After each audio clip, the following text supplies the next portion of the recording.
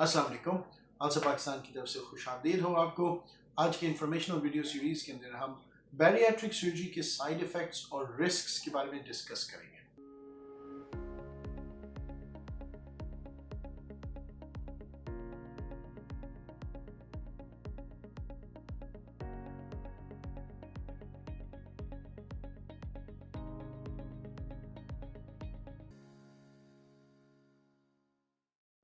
तो bariatric surgeries recently अल्हम्दुलिल्लाह हमारे मुल्क के अंदर इसकी अवेयरनेस बढ़ती जा रही है। लोगों को पता लग रहा है कि ये बहुत अच्छा इलाज है, मोटापे का भी और मोटापे के अमराज का भी।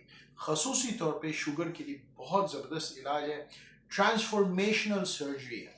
लेकिन जो अक्सर लोगों की एक खौफ होता है, एक वरी होता है कि भी इस ऑपरेशन के बाद मैं कोई ऐसे साइड इफ़ेक्ट्स ना हो जाए जो मेरी ज़िंदगी भर नुकसान पहुंचाएं या मुझे कोई ऐसी परेशानी हो जाए। ख़ास तौर पे हमारी जो ख़वातीन हैं और यंग ख़वातीन खसूसी तौर पे जो इस मोटापे के मर्ज़ की वजह से जिसके अंदर मुब्तला है, वो परेशान होती है कि उनकी फर्टिलिटी के ऊपर और उनकी फ्यूचर मैरिड लाइफ पे इसके क्या इम्पैक्ट हो सकता है। तो सबसे पहले तो ये समझना चाहिए। देखें जी, let's take one by one. जो यंग फीमेल्स हैं जो एक इस मर्ज़ के अंदर मुब्तला हैं, वो इतनी कोशिश करती हैं अपना वज़न कम करने के लिए, फाके करती हैं, रातों को खाए बगैर सोती हैं और उस फाकों की वजह से उनको काफ़ी ज़्यादा परेशानी होती है एंड वो एक स्ट्रेस में रहती हैं। और वो अपने आप को फील करते हैं कि वो अपनी ज़िंदगी के अंदर ट्रैप हुए हुए हैं, जिस्म के अंदर ट्रैप हुए हुए हैं।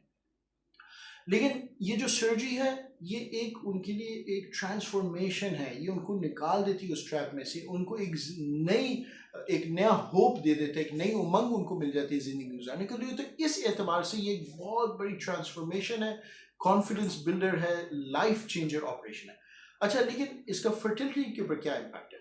भाई, जब लेडीज़ को जब इनफर्टिलिटी हो रही होती है, उसकी मेन वजह मोटापा है। जैसे जैसे ये जिस्म के अंदर फैट बढ़ती जाती है, हार्मोन्स प्रोड्यूस होते हैं, तो सारा रिप्रोडक्टिव साइकिल डिस्टर्ब हो जाता है।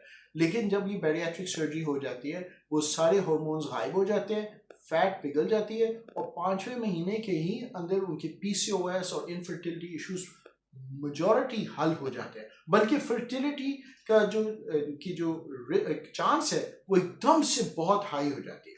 इसके अलावा वैसे अगर देखा जाए तो हर ट्रीटमेंट के साइड इफ़ेक्ट्स तो होते हैं। अब ब्लड प्रेशर का आप इलाज ले लें, किसी भी कोई भी दवाई के साइड इफ़ेक्ट्स होते हैं। इस ऑपरेशन के भी कुछ साइड इफ़ेक्ट्स हैं, जैसे कि कुछ ऑपरेशंस की वजह से हम कुछ पेशेंट्स को, सबको नहीं, 10 से 20% पेशेंट्स को तेज़ाबियत के इशू हो सकता है, लेकिन वैसे भी लोगों को तेज़ाबियत होती है। कुछ लोगों को एक कंडीशन हो जाती है जिसको हम कहते हैं डंपिंग सिंड्रोम, कि अगर वो तेज़ी से खाना खाएं या ऐसे खाने खाएं जिसमें शुगर की मकदार बहुत हाई हो, तो उसकी वजह से उनको कभी कभी इश्यूज आ जाते हैं, जैसे डिजीनेस हो सकता है, कभी ब्लैकआउट हो सकता है, कभी शुगर लो हो सकती है। लेकिन इन चीज़ों के बहुत ज़्यादा ताल्लुक तो ईटिंग हैबिट्स है, उनको कंट्रोल किया जाए तो वो मसला हल हो जाता है।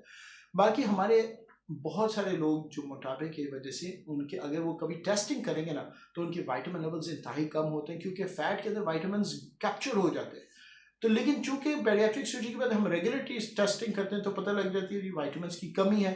तो इन ऑपरेशंस के बाद रेगुलरली मल्टीविटामिन हम अपने पेशेंट्स को सबको वैसे भी रेकमेंड करते हैं। ओवरऑल ये बहुत सेफ सर्जरीज हैं।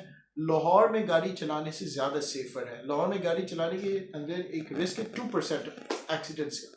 इन सर्जरीज का रिस्क ऑफ साइड या कॉम्प्लिकेशंस का 0.5% है। 0.5% of risk of bleeding, leakage, infection या खुदा ना खास्ता कोई ब्लड क्लॉट्स बन जाए। लेकिन ये अगर अच्छे सेंटर्स में किए जाए, जहाँ पर रेगुलरली सर्जरीज हों, हाई वॉल्यूम सेंटर्स हों, प्रॉपर टीम्स हों, इक्विपमेंट हो, तो ये रिस्क इंतहाई लो हो जाते हैं और बड़े अच्छे तरीके से हैंडल हो जाते हैं।